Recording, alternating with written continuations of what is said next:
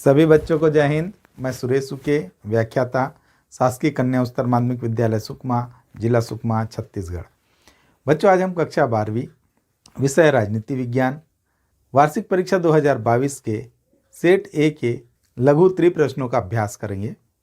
प्रश्न क्रमांक 24, विकास के समाजवादी एवं पूंजीवादी मॉडल में क्या अंतर था? भारत ने किस तरह के मॉडल को अपनाया? उत्तर, जब भारत आज़ाद हुआ उस समय दुनिया में विकास के दो मॉडल प्रचलित थे। पहला पूंजीवादी मॉडल और दूसरा समाजवादी मॉडल। पूंजीवादी मॉडल संयुक्त राज्य अमेरिका तथा अन्य पश्चिमी देशों में लागू था, जिसमें मुक्त व्यापार और प्रतिस्पर्धा को प्राथमिकता दी गई। वहीं दूसरी ओर समाजवादी मॉडल सोवियत संघ में लागू था, जहां पर अर्थव्यवस्था के प्रत्येक अंग पर राज्य का नियंत्रण था। उपलब्ध विकास के दोनों मॉडलों में भारत ने किसी भी मॉडल को पूर्ण रूप से लागू नहीं किया। दोनों से अच्छी बातों को लेकर तीसरा मॉडल प्रस्तुत किया, जिसे मिश्रित अर्थव्यवस्था कहा गया। इसके अंतर्गत कृषि, व्यापार और छोटे उद्योगों को निजी क्षेत्र में रखे गए, जबकि बड़े उद्योगों को सार्वजनिक क्षेत्र में रखने का फैसला किया गया। प्रश्न क्रमांक 25, क्यूबा के मिसाइल संकट को समझाइए। उत्तर,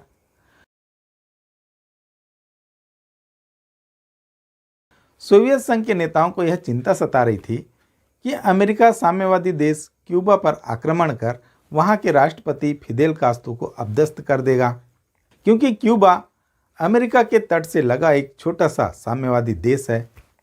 क्यूबा का जुड़ाव सोवियत संघ से था और सोवियत संघ क्यूबा को वित्तीय सहायता भी देता था, क्योंकि सामरिक दृष्टि से क्यूबा सोवियत संघ के लिए काफ़ी महत्व रखता था। अतः सोवियत नेता निकिता ख्रुश्चेव ने क्यूबा को रूस के सैनिक अड्डे के रूप में बदलने का फैसला किया और 1962 में क्यूबा में परमाणु मिसाइलें तैनात की। इन हथियारों की तैनाती से अमेरिका रूस के नज़दीकी निशाने की सीमा में आ गया।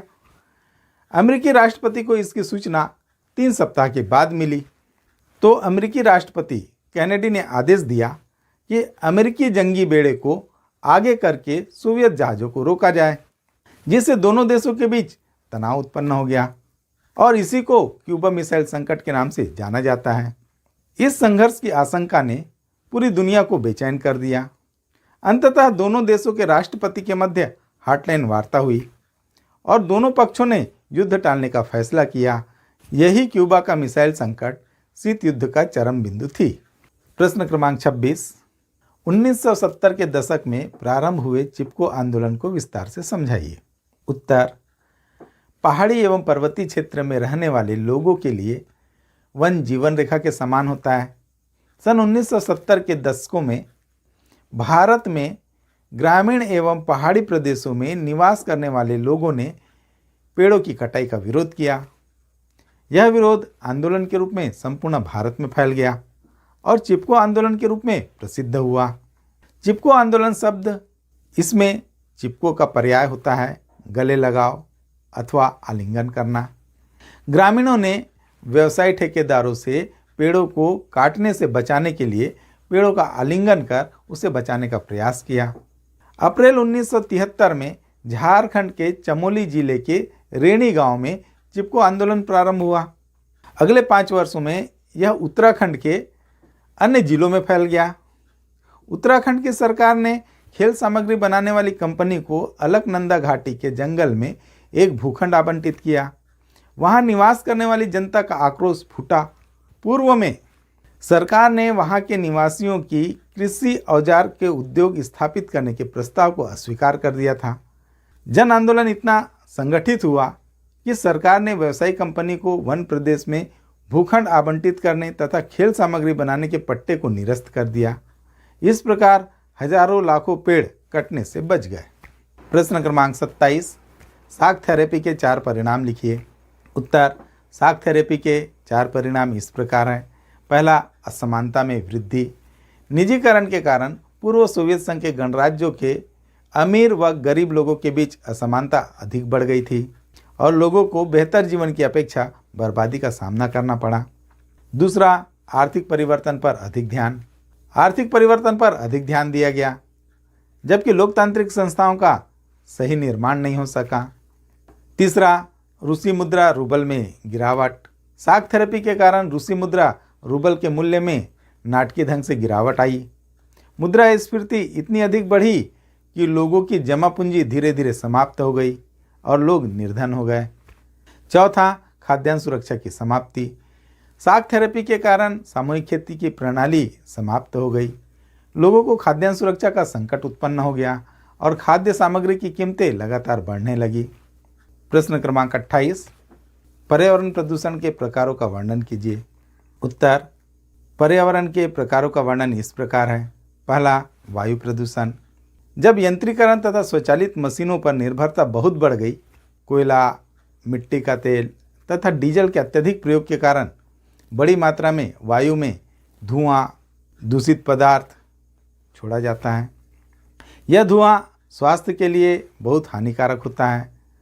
पर्यावरण प्रदूषण के कारण सार्वजनिक स्वास्थ्य पर किया जाने वाला खर्च विकास की सामाजिक लागत को बहुत चौंका देने वाला घटक बनता जा रहा है। दूसरा, जल प्रदूषण। आर्थिक विकास की प्रक्रिया के कारण औद्योगिक उत्पादन में असाधारण वृद्धि हुई है। पर्यावरण प्रदूषण के संदर्भ में कपड़ा उद्योग के विकास का विशेष जिक्र किया जाता है। कपड़ा उद्योग में विरंजन तथा रंगाई की प्रक्रिया रसायनों के गहन प्रयोग पर आधारित है। औद्योगिक अपशिष्टों को प्रायः आस पड़ोस की नदियों व नहरों में बहा दिया जाता है, जिससे जल प्रदूषण हो जाता है। इसका स्पष्ट परिणाम जल संक्रामक बीमारियों का फैलना है, जिससे मानव जीवन तथा पशु जीवन नष्ट होते जा रहे हैं, विशेषकर मछलियां जो कि पानी के सहारे जीवित रहती है।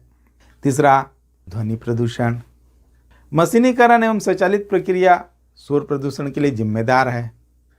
मशीनें शोर पैदा करती है। इनकी हार्स पावर जितनी अधिक होगी, शोर भी उतना ही अधिक होगा। अकारण शोर बहुत उत्तेजक होता है तथा इससे जीवन की गुणवत्ता का पतन होता है। लोहे तथा इस्पात का उत्पादन करने वाले असंगठित क्षेत्र में प्रायः बहरा कर देने वाली आवाज़ें सुनाई देती है, जो कि सार्वजनिक स्वास्थ्य के लिए हानिकारक है। चौथा, रेडियोधर्मी तथा तापीय प्रदूषण। रेडियोधर्मी पदार्थ पर्यावरण में विभिन्न प्रकार के कण तथा किरणें उत्पन्न करते हैं। ये कण तथा किरणें वायु, जल तथा मिट्टी में मिलकर प्रदूषण पैदा करते हैं।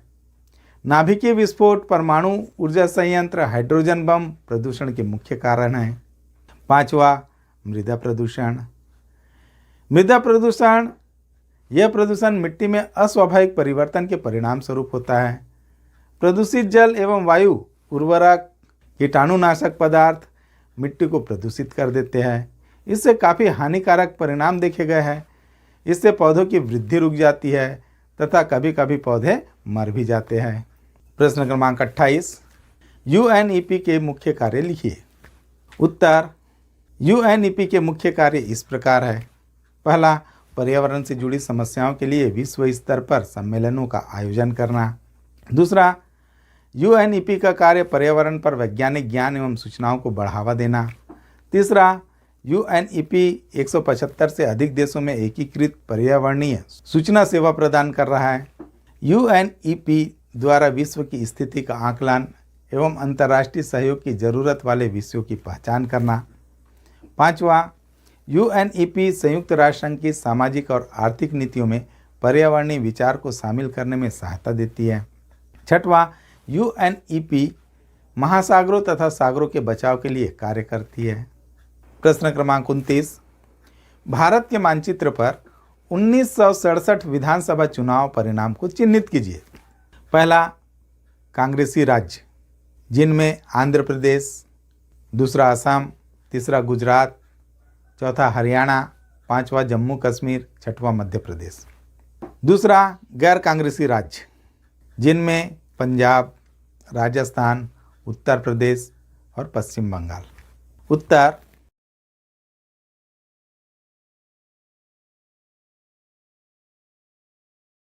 प्रश्न क्रमांक 30, प्रथम खाड़ी युद्ध के परिणाम लिखिए। उत्तर, प्रथम खाड़ी युद्ध के परिणाम इस प्रकार हैं। परिणाम 1, प्रथम खाड़ी युद्ध से विश्व राजनीति में अमेरिकी वर्चस्व स्थापित हो गया। दूसरा, प्रथम खाड़ी युद्ध ने अरब एकता की भ्रांति को इसलिए समाप्त कर दिया कि इस युद्ध के लिए 20 में से केवल 12 अरब देशों ने अपनी सैनिक टुकड़ी भेजी।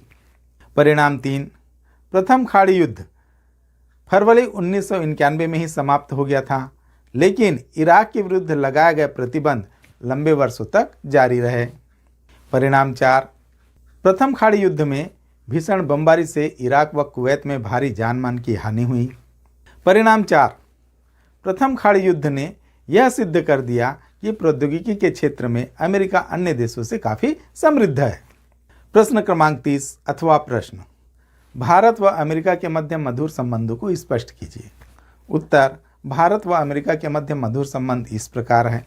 भारत अमेरिका के मध्य पारस्परिक संबंधों के बीच अनेक गतिरोध रहे हैं, फिर भी सन 1977 के पश्चात दोनों देशों के मध्य मधुर संबंध होने लगे एवं दोनों ही देशों का विभिन्न क्षेत्रों में सहयोग बढ़ा है, जिनमें पहला उच्च तकनीकी हस्तांतरण समझौता 1984 में हुआ, दूसरा वन विकास समझौता 1985 में हुआ, जिसके तहत इमारती एवं जलाऊ लकड़ियों के उत्पादन बढ़ाने पर सहमति, तीसरा लड़ाकू विमान बनाने में मदद देने के बारे में समझौता 1986 में हुआ, चौथा सुपर कंप्यूटर देने संबंधी समझौता 1987 में हुआ, पांचवा ऊर्जा एवं रक्षा के क्षेत्र में 1994 में दोनों देशों के बीच समझौता हुआ, छठवां भारत अमेरिका के मध्य परमाणु सहयोग हेतु ऐतिहासिक समझौता हुआ।